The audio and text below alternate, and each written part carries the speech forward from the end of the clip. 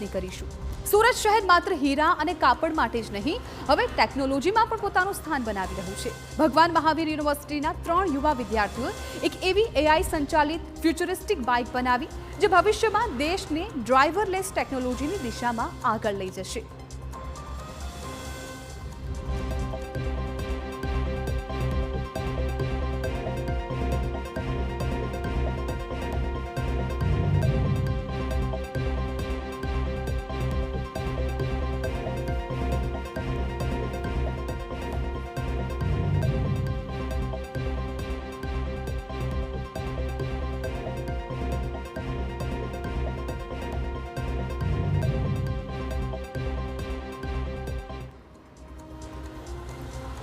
સુરતના 3 મિકેનિકલ એન્જિનિયરના વિદ્યાર્થીઓએ AI આધારિત ગરુડા બાઇક બનાવી। ખાસ વાત એ છે કે આ બાઇકના 50% પાર્ટ્સ સ્ક્રેપમાંથી અને બાકી 50% જાતે તૈયાર કરવામાં આવ્યા। માત્ર 1.80 લાખના ખર્ચે તૈયાર કરાયેલી આ બાઇક આજના ટેકનોલોજી યુગમાં એક ક્રાંતિકારી પહેલ બની છે। વિદ્યાર્થીઓનું કહેવું છે કે ભવિષ્યમાં આ બાઇકને સંપૂર્ણ ડ્રાઈવરલેસ બનાવવાની યોજના છે। આપને જણાવી દઈએ કે આ બાઇકનું મગજ રાસ્પબેરી પાઈ કોમ્પ્યુટર છે। રાઇડર કમાન્ડ આપે કે 3 ફૂટ દૂર રોકાઈ જા તો બાઇક આપમેળે રોકાઈ જશે। બાઇકમાં અદ્યતન સેન્સર્સ લગાવવામાં આવ્યા। જો 12 ફૂટની અંદર કોઈ વાહન આવે તો ગતિ ધીમી થાય છે અને 3 ફૂટ નજીક આવ્યા બાદ બાઇક પોતે જ બંધ થઈ જાય છે।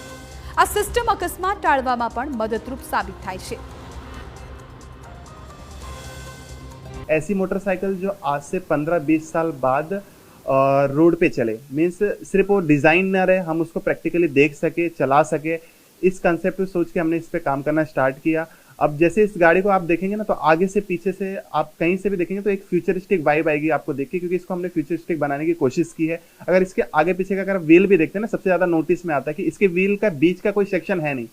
आप जब रोड पे चलते हैं तो गाड़ी देखते हैं बीच में रिम रहता है, एलॉय रहता है, तब गाड़ी चलती है, लेकिन इसके बीच में कुछ भी नहीं है तो भी ये चल रहा है, क्योंकि इसके व्हील को ही हमने बहुत यूनिक तरीके से डिज़ाइन किया है। और प्लस इसके अगर इलेक्ट्रॉनिक कंपोनेंट की बात करें, इसकी बैटरी हो गई, कंट्रोलर्स हो गए, इसको जैसे हम ड्राइवरलेस बना रहे हैं तो इसके जितने इलेक्ट्रॉनिक कंपोनेंट हो गए, सारी चीज़ें जो हमने गाड़ी के सेंटर में फिट किया है। प्लस जैसे कि ये हमने गाड़ी बनाई है तो इसको हमने सिर्फ फ्यूचरिस्टिक नाम नहीं दिया, इसके अंदर फ्यूचरिस्टिक फीचर भी हमने ऐड किया है। ગરુડા બાઇક ફક્ત સ્માર્ટ જ નહીં પરંતુ ફીચર્સથી પણ ભરપૂર છે। ટચ સ્ક્રીન ડિસ્પ્લેમાં જીપીએસ, ફોન કોલિંગ અને મ્યુઝિકની સુવિધા છે। આગળ પાછળના વાહનો જોવા કેમેરા લગાવવામાં આવ્યા છે। વાયરલેસ મોબાઈલ ચાર્જિંગ સુવિધા પણ ઉપલબ્ધ છે। આ બાઇક ઇકો મોડમાં 220 કિલોમીટર અને સ્પોર્ટ મોડમાં 160 કિલોમીટર રેન્જ આપે છે। લિથિયમ બેટરી ફક્ત 2 કલાકમાં જ સંપૂર્ણ ચાર્જ થઈ જાય છે। अभी गाड़ी जब ड्राइवरलेस चलती है तो इसके आगे पीछे हमने सेंसर्स भी लगाए हुए हैं। सेंसर क्या करता है कि इसके 12 फीट के रेंज के अंदर कोई भी आता है, भले चाहे जानवर हो, कुत्ता हो, कोई गाड़ी हो, कोई भी आता है, तो ये सेंसर उसको डिटेक्ट करता है कि मेरे 12 फीट के रेंज में कुछ ऑब्स्टिकल आया है।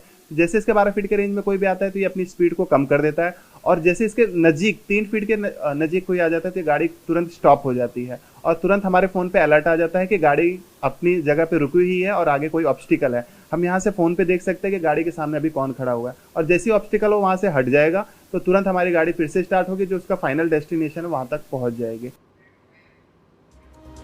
તો આ બાઇક અત્યારે સુરતમાં આકર્ષણનું કેન્દ્ર બન્યું છે અને ખાસ તો આ બાઇકની ખાસિયતો શું છે તેની જો વિગતવાર વાત કરવામાં આવે તો 50% પાર્ટ્સ સ્ક્રેપમાંથી બનાવવામાં આવ્યા છે। એટલે વેસ્ટમાંથી બેસ્ટ બનાવવાનો પ્રયત્ન આ વિદ્યાર્થીઓ કર્યો છે અને 50% પાર્ટ્સ છે એ જાતે જ આ વિદ્યાર્થીઓએ બનાવ્યા છે। એટલે આ ખૂબ નવી વિશેષતા કહી શકાય, કેમ કે સ્ક્રેપનો પણ ઉપયોગ થઈ ગયો અને સાથે જાતે પાર્ટ્સ બનાવ્યા છે એ વિદ્યાર્થીઓ।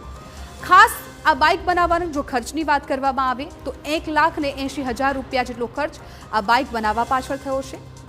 રાસ્પબેરી પાઈ કોમ્પ્યુટર મગજ છે આ બાઇકનું, એટલે ખાસ ટેકનોલોજી કોમ્પ્યુટર થકી આ બાઇકમાં ઉમેરવામાં આવી છે, જેને કારણે આગળના સમયમાં ખૂબ ઝડપથી આ બાઇક સારી રીતે કામ કરી શકે અને લોકોને ઉપયોગી બની શકે।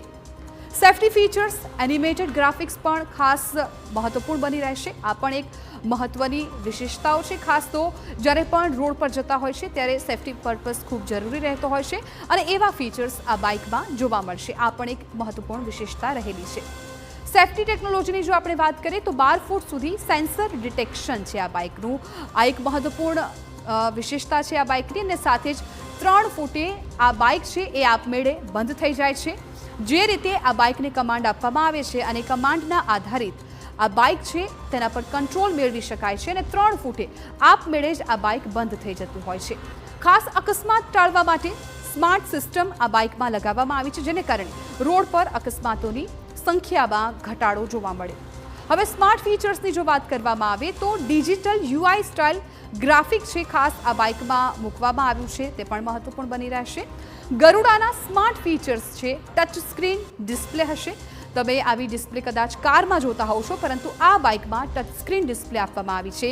ખાસ જીપીએસ નેવિગેશન પણ છે, ફોન કોલિંગ અને મ્યુઝિકની સિસ્ટમ પણ આ બાઇકમાં રાખવામાં આવી છે અને સાથે આગળ અને પાછળ કેમેરા લગાવવામાં આવ્યા છે, જેના થકી વાહનો જે જઈ રહ્યા છે તે કેમેરામાં જોઈ શકાય.